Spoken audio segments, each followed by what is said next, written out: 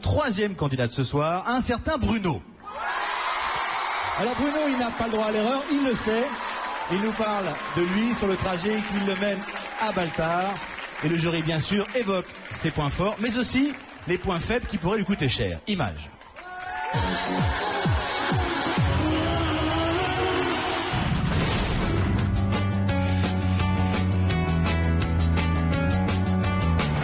Du haut de ses 21 ans, Bruno est resté un enfant qui refuse de grandir. Et un des passe-temps préférés du jeune homme, c'est de regarder les dessins animés. J'ai mon petit côté enfant qui est toujours là, j'ai vraiment pas envie de le perdre parce que c'est ce qui fait toute la différence en fait. De nature angoissée, Bruno manque de confiance en lui.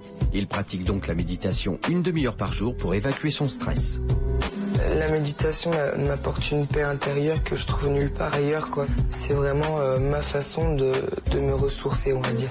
Pour ce fan de Christina Aguilera, le désir de chanter est plus fort que tout. C'est sa raison d'être. J'ai vraiment tout misé sur la chanson.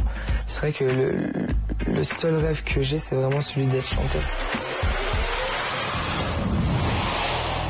Bruno, alors avec sa gueule d'ange, on s'attendait à tout sauf à ce genre de voix et il nous a mis une claque. Bruno, il a vraiment un truc, lui il a habité aussi. Bruno. C'est une émotion incroyable qui transmet. Il a quelque chose de fragile, de l'ordre, je sais pas, d'un petit prince. Il transcende sur un certain répertoire et il devient parfois ordinaire sur un autre répertoire. On sent qu'il a vraiment de la marge, mais que tout à coup, il ne peut pas y aller parce qu'il y a une émotivité terrible qui fait que ça resserre quelque part et ça ne lui permet pas de se dépasser.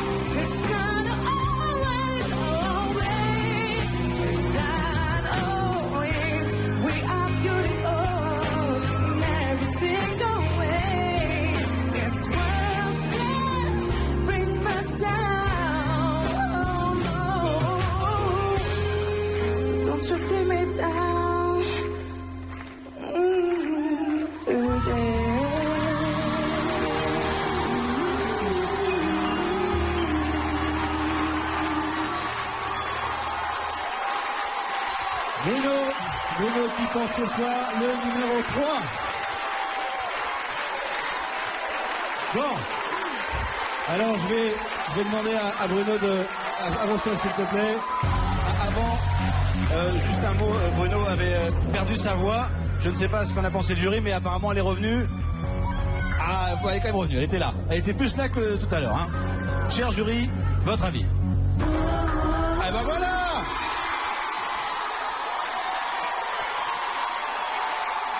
On avait quitté un jury un peu discordant sur Vladimir. Là, l'unanimité.